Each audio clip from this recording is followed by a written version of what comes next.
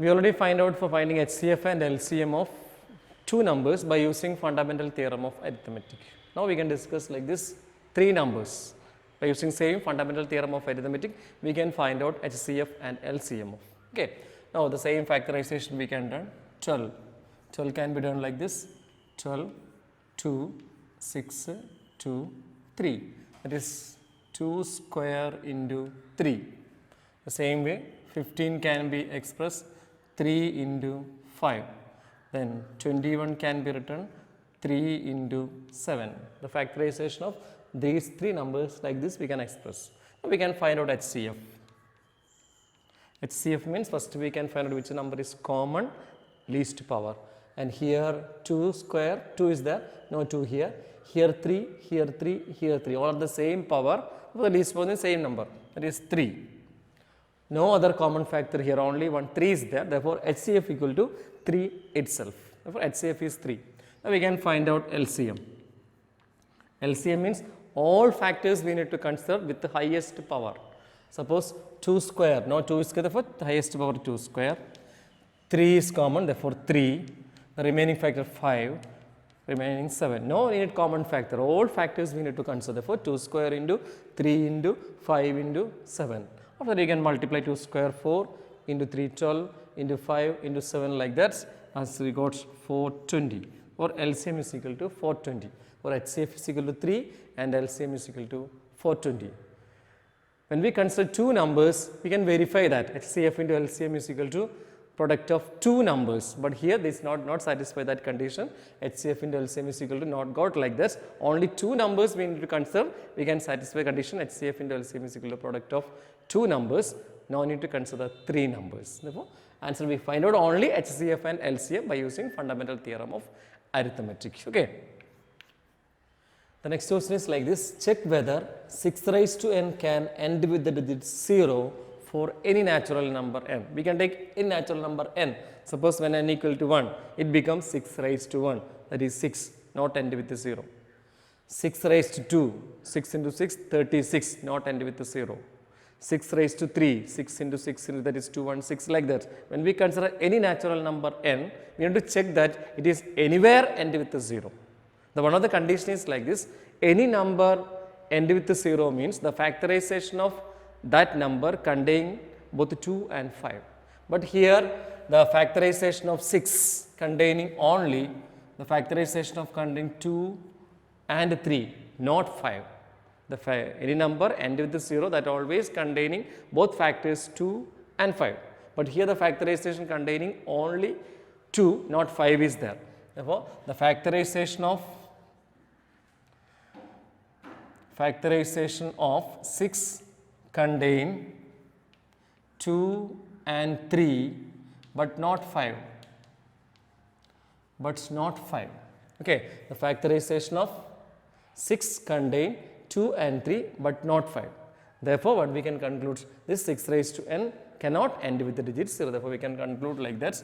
6 raised to n cannot end with the digit 0.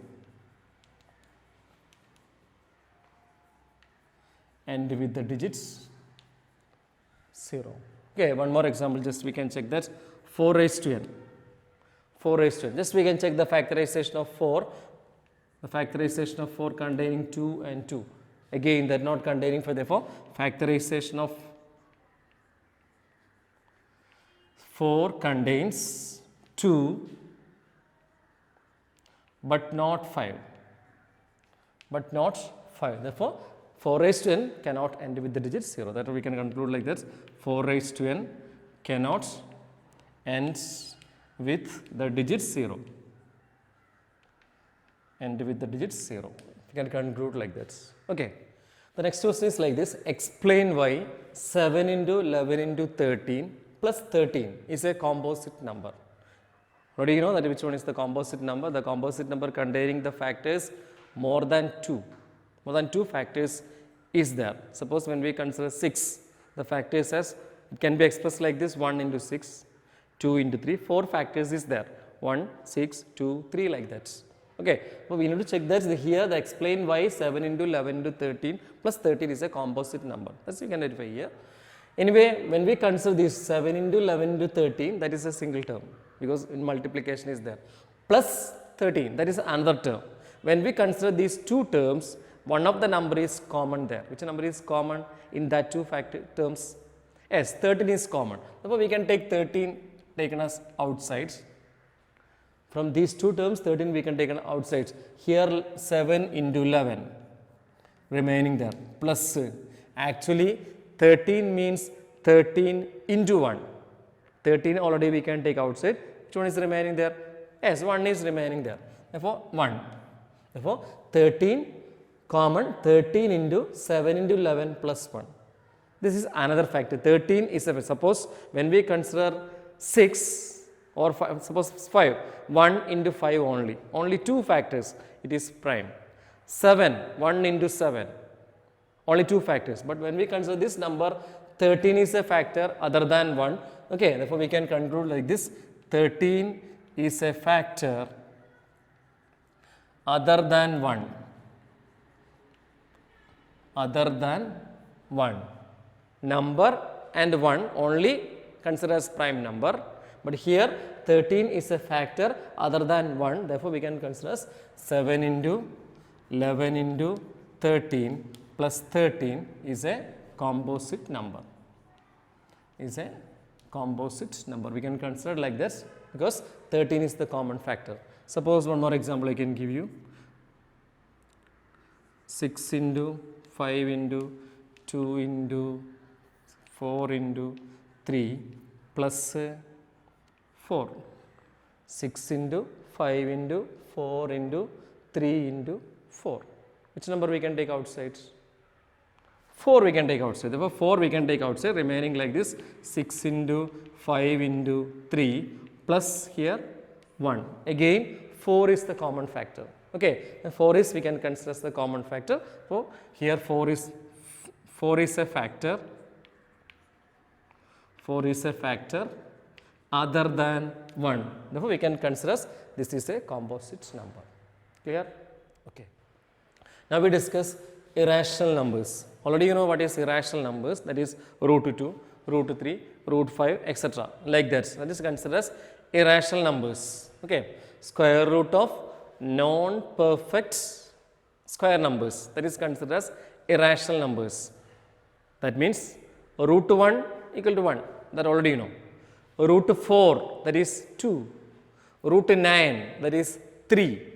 That already you know the answer, but here root 2, root 3, root 5 like that, we have no idea about it. That becomes 1.414 like the decimal number is there. Okay. Therefore, we need to that type of numbers we done here: root 2, root 3, root 5, root 7 like that. Okay. The first question like this: prove that root 2 is irrational. We need to show that root 2 is an irrational number. We need to show that it is irrational. We can done by the contradiction methods. That means first we can suppose root 2 is a rational number. You know what is rational number? Any rational number can be expressed as p by q form, where p and q are integers, like that we already discussed. And here we can show by contradiction methods. Okay. Suppose first we can suppose root 2 is rational. First we can suppose root 2 is rational. You know, any rational number can be expressed as p by q form or a by b form anyway. Okay, therefore it can be expressed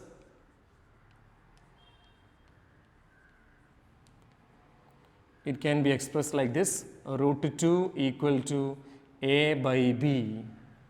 Root 2 can be written a by b. That means a and b are co-primes. A and b are co-primes. Co-primes means no common factor,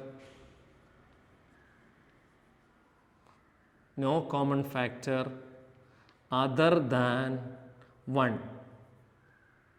No common factor other than 1. Okay, that is known as co-primes. Okay, for here it can be expressed like this: root 2 is equal to a by b, a and b are co-primes. This is the co-primes means no common factor other than 1. Okay, now we can suppose start like this: root 2 equal to a by b. We can squaring both sides.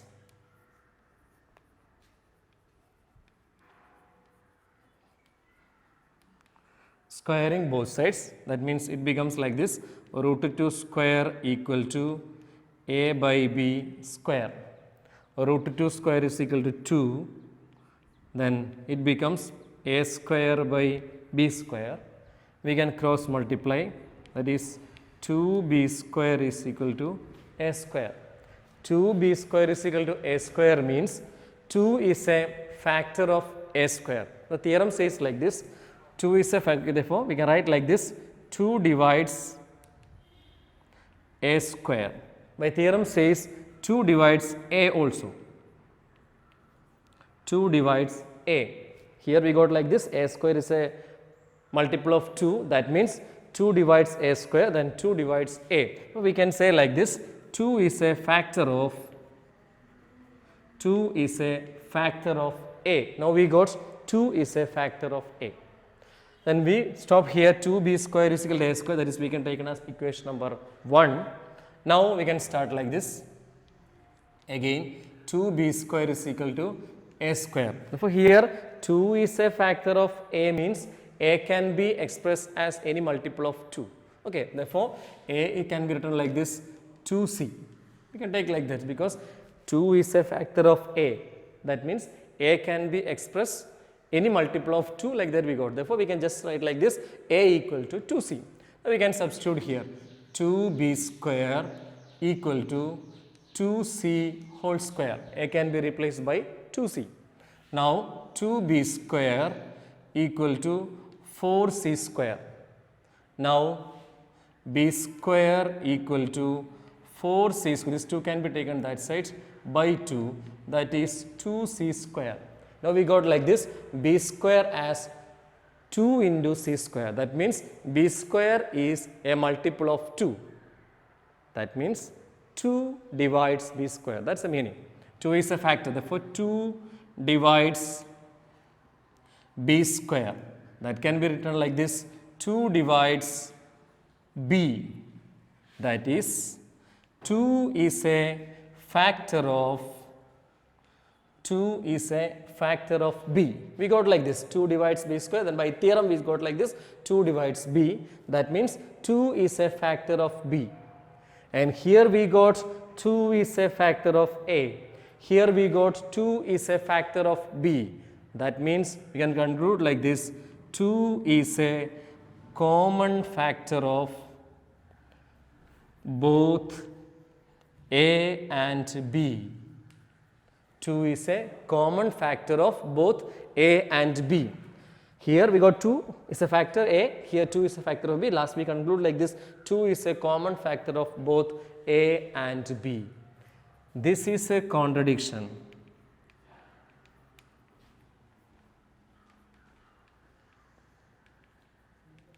This is a contradiction because we can start like this, a and b are coprimes. In bracket we write like this, no common factor other than 1. But here we got 2 is a common factor. First we start like that, no common factor other than 1. But last we got 2 is a common factor. That's a contradiction. Okay. Therefore this is a contradiction. That means our assumption was wrong. We can suppose like this, root 2 is rational. That is wrong. Therefore we can conclude root 2 is irrational. Clear? Okay, just like this. This is a contradiction. Therefore our assumption was wrong. Our assumption was wrong. Therefore what we can conclude? Our assumption means like this, it is rational. Therefore we can conclude like this, root 2 is irrational. This concludes root 2 is irrational. Clear? Okay. We already explained the rational number, terminating or non-terminating like that. The next question is like this, without long division. Don't add the long division. Otherwise, we can find out it is terminating or non-terminating. Some examples here. Okay. Suppose 17 by 8. No need to divide. Just to say it is terminating or non-terminating. What we done? First, we can factorize the denominator. Okay. Here 8. 8 can be factorized like this, 8, 2, 4, 2, 2. The factorization of 8 contains only 2. What we can conclude? It is terminating. Very good. Okay, it is terminating. it is terminating. And next we can 15 by 1600. This we can factorize 1600. 1600 2, only factorization we need to run, okay. That is 800, again 2, that is 400, 2, 200, 2, 100, 2, 50, 2, 25, 5, 5. The factorization of 1600 like this, 2 and 5, only both 2 and 5. Therefore, what we can conclude, again it's terminating. We can conclude like that, it is terminating, okay. It is terminating. Now 23 by 2 square into 5 cube is already given in the factorization. Prime factor is already directly given, don't need to divide like that, don't need to factorize like that, directly we can say it is terminating, that also terminating. Now 16 by 15, here denominator is 15, we can factorize, 15 can be 3 and 5, the factorization containing 3, 5, not 2, okay. But other than 2 and 5, one of the factor is there 3, so what we can conclude, yes, non-terminating repeating, and this is non-terminating repeating, it's non-terminating repeating. The next question is like this, 29 by 343, the factorization of 343 like this, is not 7, that is 49, again 7, 7. The factorization of 343 contains only 7, not 2 and 5, or both, okay, 2 only, 5 only, both satisfy this condition. Therefore, 343 can only contain 7, therefore, it also non-terminating repeating, and this also non-terminating repeating. Clear? The theorem says like that, the factorization of the denominator contains 2 or 5 or both, in that case is terminating, otherwise any other factor is there, it is non-terminating repeating. Clear? Okay, in this chapter we will discuss about irrational numbers, rational numbers, like that. Okay, clear. The remaining questions I can give you later, based on this chapter I can give some additional questions for you. Okay, I am stop here. Thanks.